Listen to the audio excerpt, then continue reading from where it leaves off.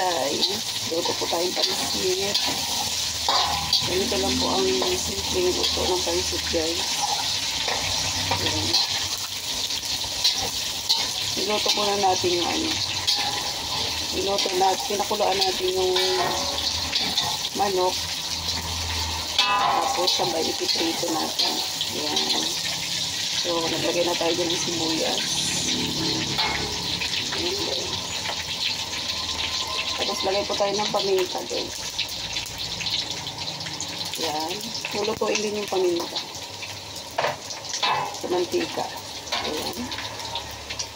Silagay na natin yung chicharon natin. Ayan. Prito-prito lang lahat ng sahog. Para iwas panis. Ayan guys.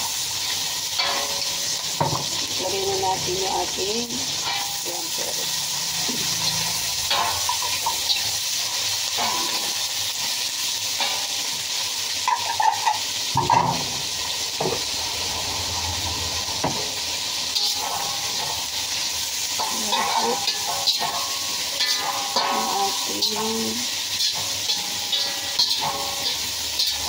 Gulay natin sa pansit. Kasi lagay na natin guys yung repolyo. Guys.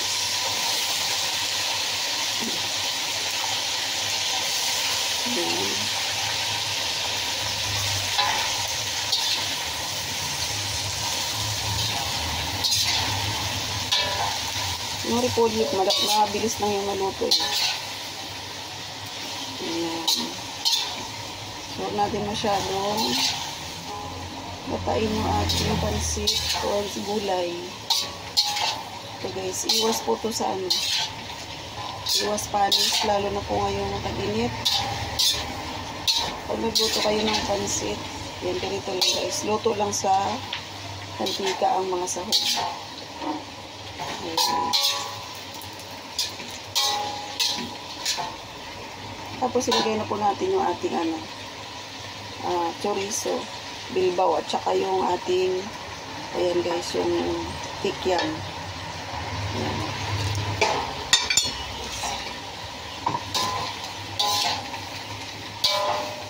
So, ayan guys. Patayin muna natin yung apoy kasi baka malata yung ating. So, hanguin na po natin yan. Hanguin na natin yung ating gulay. Ayan. Lagay mo sa isang lagayan.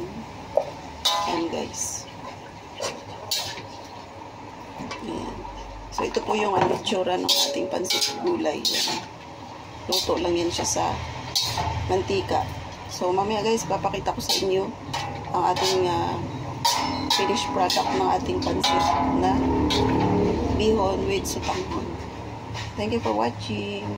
So, ito na guys yung ating pansit bihon. Ayan guys.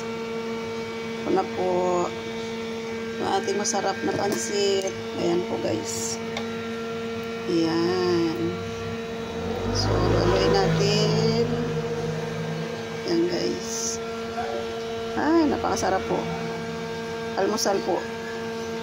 Pansit bihon guys. Ayan. So, ganito lang po ang simpleng pagluto ng pansit bihon guys. Ayan. Thank you for watching guys.